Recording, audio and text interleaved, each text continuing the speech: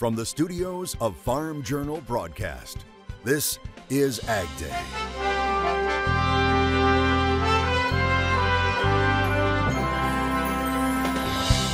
Standing out from the rest of the field. Don't sit back in the corner. Raise your hand.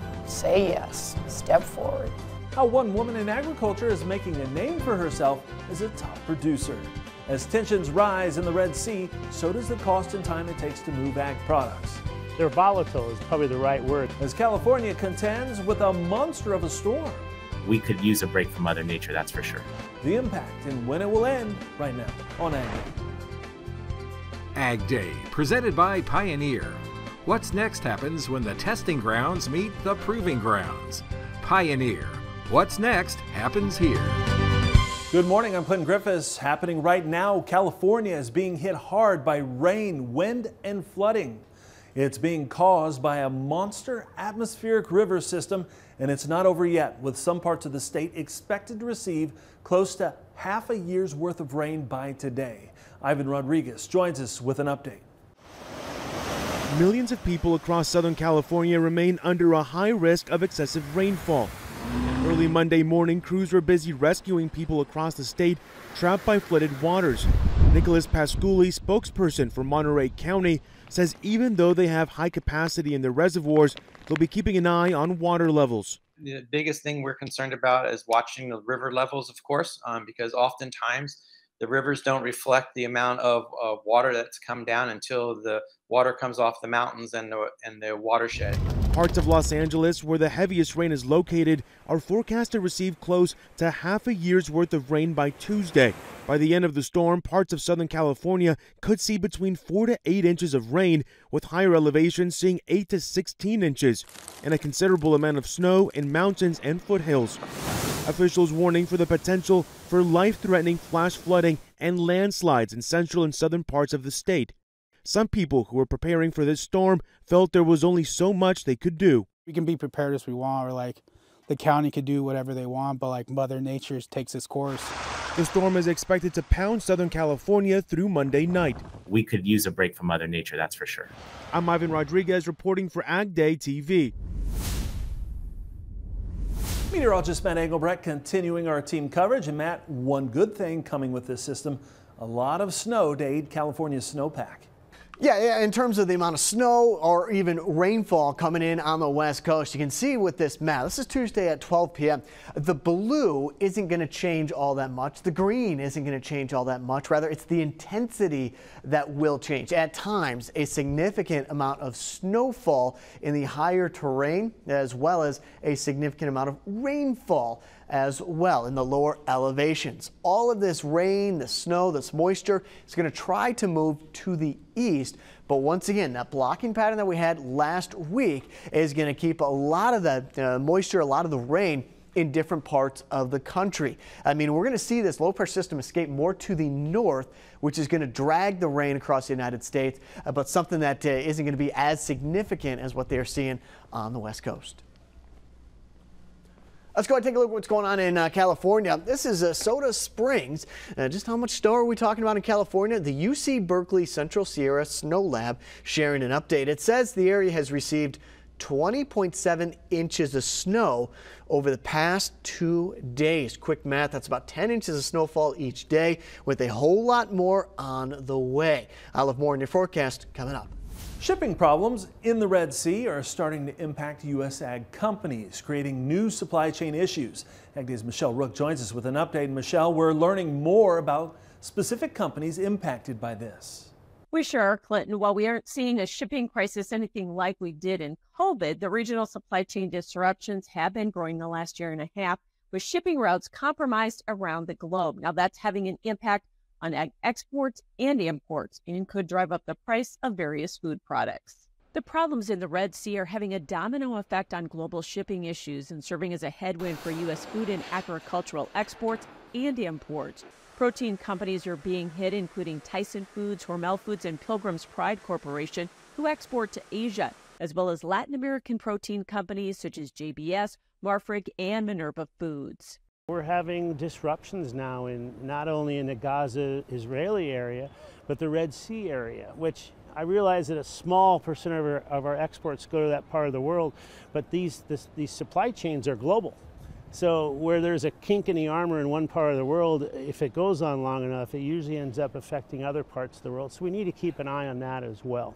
Routing south around Africa's Cape of Good Hope adds another 16 days to transit time. That's nearly doubled shipping rates in the Red Sea and increased rates in other areas of the globe as well. They're volatile is probably the right word. They're up and then they're down, and there's another issue in another area. So the volatility is almost as bad as the actual rate itself. And that's in the last year and a half been more of a concern.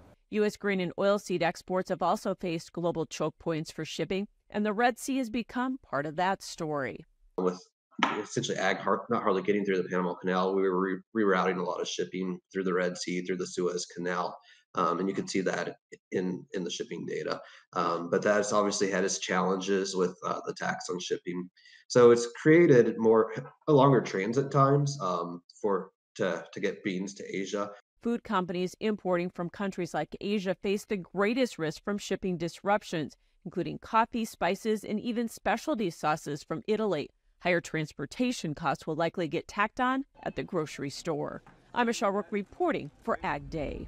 All right, thanks, Michelle. Dry weather toward the beginning of the growing season didn't dampen Brazil's exports. New numbers show Brazil, which is already the world's largest exporter of soybeans, hit a record high for soybean exports in January. Soybean exports for the first 4 weeks of January reached a new record of 2.6 million tons, and according to the January Ag Economist Monthly Monitor, it's a trend that could continue despite projections for lower production. The survey of ag economists from across the country found 93% believe Brazil will remain the world's largest exporter of soybeans this year. On the soybean side, it was a clear indication that Brazil would continue to be the lead exporter of soybeans. They're increasing their acreage. There's a rebound in their even with poor weather, there's going to be a recovery in their production. Corn is more iffy, and it will depend on the final second crop there, the safrinha crop, and how that ends up. As Lapp mentioned, economists' views are more mixed on corn. 43% of economists think Brazil will remain the world's top exporter of corn. A strange ag crime uncovered to tell you about what's become known as Operation Blizzard. Police in Clifton, Texas, southwest of Dallas-Fort Worth, naming their investigation that after they say they learned several people were selling meth out of a local Dairy Queen restaurant. They report officers were able to set up undercover drug buys from the location several times, and that led police to suspect some of the employees were also selling drugs at other locations around Clifton, and that even more people were involved. In all, the 10 people you see here were arrested and charged in the investigation. It's reported the workers involved in the drug ring no longer work for Dairy Queen.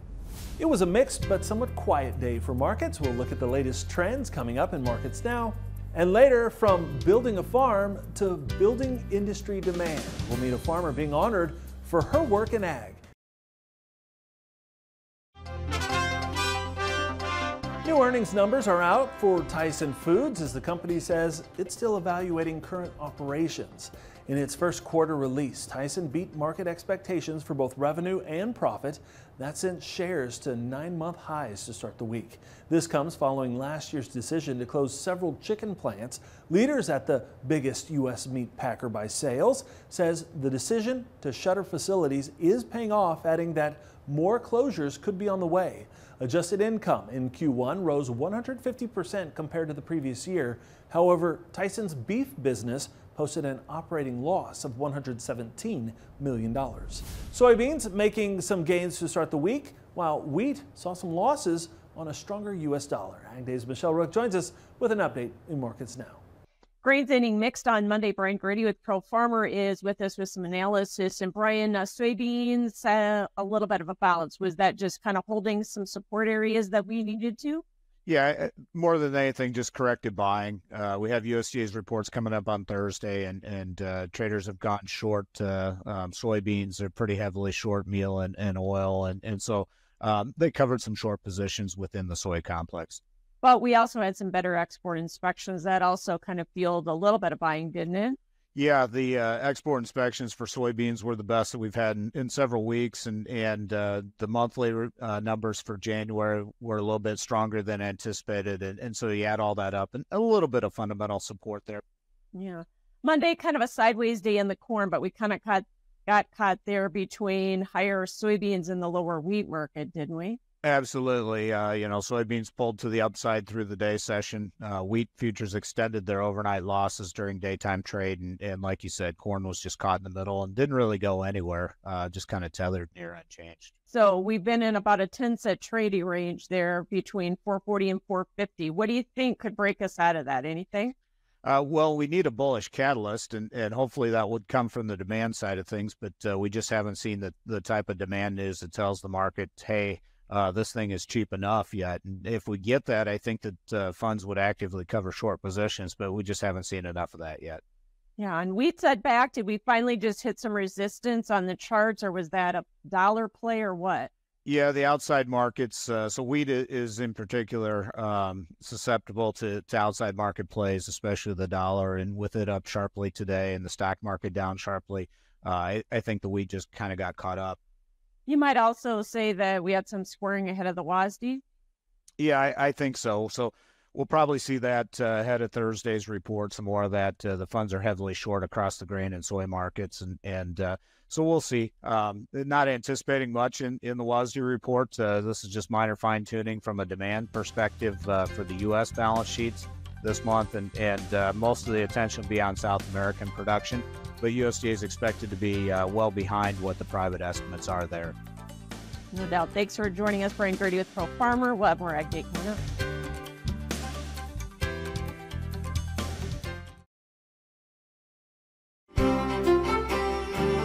I want to start off kind of reiterating what we talked about just a little bit ago in the blocking pattern. Last week, the ridge of high pressure set up over the plains, over parts of the Midwest, which caused any kind of energy from the West Coast to drift to the south and undercut that ridge. This week, a little bit more traditional in that a ridge of high pressure is going to be back down here towards the southeast. The stronger it gets, the more likely we'll see this low pressure system that we just talked about a little bit ago move more to the north. That's why I was mentioning that the blocking pattern is going to be back towards the southeast, meaning that rainfall, that snowfall possibility is going to be shifting more to the north Friday, Saturday, and into Sunday. And as we've talked about last week, even the week before, things are starting to change. The pattern is starting to change back more to average in the second half of February. So after Valentine's Day, the second half of the month, that's when we're looking at a little bit more average temperatures in and across the United States. Still a pocket of some cooler, colder air back up here to the north. That's where we may see some of the rain, perhaps even some snow along that dividing line. And this is next Monday and into Tuesday. So give you a look at that, the temperature outlook between the 12th and the 18th, everything kind of shifts back over towards the blue. But it's not all that extreme. Remember, in January, it was all the way to the left, and the entire United States was down below normal.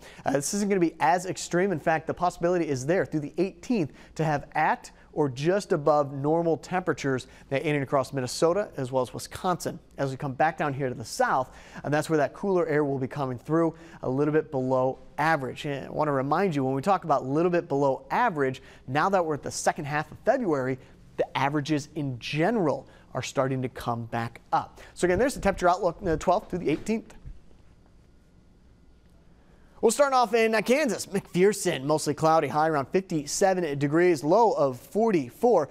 Elko, now rain and snow, high around 41, low of 32. And DeQueen, mostly sunny, high around 64 degrees, a city that was named after a Dutch explorer that wanted to Americanize his name to DeQueen, Arkansas. What could the dairy industry look like in 10 years? We have one prediction coming up next. And later, meet a farmer passionate about the future of the industry. We're off to Iowa as our profiles of top producer award winners continues in the country. What could the dairy industry look like in 10 years? One market researcher is weighing in. PMI says right now, globally, the industry is valued at more than $517 billion, and they say it's expected to grow at a compound annual growth rate of over 7%, which means a value of about $965 billion by the year 2034. Now, the company says as the global population continues to grow, the demand for convenient and nutritious food options, including dairy, has increased. It also says growing awareness of the nutritional benefits of dairy contributes to sustained demand. But it says there are issues that could continue to weigh on the market, including rising vegan and plant-based trends, supply chain disruptions, and price volatility. An interesting protest in Washington state, farm workers actually rallying against a new overtime pay law. DairyHerd.com reporting 300 workers rallied against Washington state's agricultural overtime law that went into full effect on the first of the year. That's when farmers, including dairy producers, were required to begin paying overtime for any of their employees who worked more than a 40-hour week. Workers rallying at the state capitol to advocate for seasonal exceptions to those requirements. While the workers say they're not against being paid overtime, the group says the reality of the new law is their employers are capping their hours at 40 hours a week, resulting in less pay overall. However, that's not the case for all ag employees. DairyHerd.com talked with one dairy producer in Washington that's finding a way to make it work. To learn more, just look for this story online. Building a farm business is hard work, but helping to build an industry is even more difficult. We'll meet an Iowa farmer who took on the challenge and is being honored for her efforts next.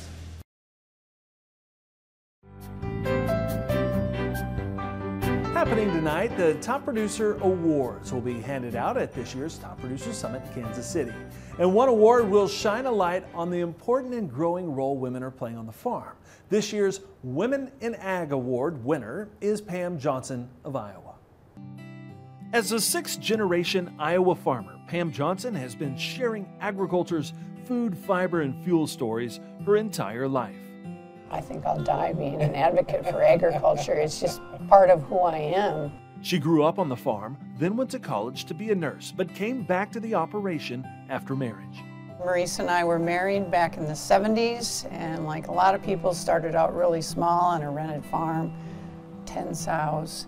And we were in growth mode there then, and we've been in growth mode for the last 50 years. During that time, they grew their hog and grain operation to the nearly 1,200 acres of corn, soybeans, and CRP ground they farm today. We farrowed to finish hogs for 38 years and went out the door together every day and worked in the field together too. I used to be the grain cart driver, and when we raised pigs, you know, the partner who was out the door doing everything from farrowing to sewing up pigs, vaccinating, you name it, sorting, moving. Their growth also included adopting strip-till and no-till practices and embracing precision farming. Through the years, adapting to new technology, not just with seed genetics, but also crop management practices, and seeing ones that work better, and they certainly paid off this year. On this farm during a drought, we had the best corn yield we've ever had. No-till, strip-till, cover crops, saving every drop of water. When Johnson's sons came home to farm after college, she became an even more active advocate for agriculture, as she realized farmers would not have a future with $2 corn. Building demand is not a spectator sport. That was when she became an early innovator and a voice for the ethanol industry. We learned about ethanol, but not only that, we learned about what can happen when farmers work together, and some of this stuff was farmer-owned, so who controls it, who owns it, who benefits. Johnson worked her way through leadership roles on the Iowa Corn Promotions Board and the National Corn Growers Association, becoming the first female president of NCGA, and her legacy is encouraging others to use their voice. Don't sit back in the corner. Raise your hand. Say yes. Step forward. You can do it, right? So that's how I'm remembered, is raise your hand. Say yes. She says their success has given them the opportunity to give back and pay it forward, not just to her family, but to the agricultural industry and local community. That's why Pam Johnson is the 2024 Top Producer Women in Ag Award winner. And congratulations. Now we'll introduce you to the other finalists for Top Producer of the Year coming up later this week. And that's all the time we have this morning. We're sure glad you tuned in. From all of us here at AgDay, I'm Clinton Griffiths. Have a great day.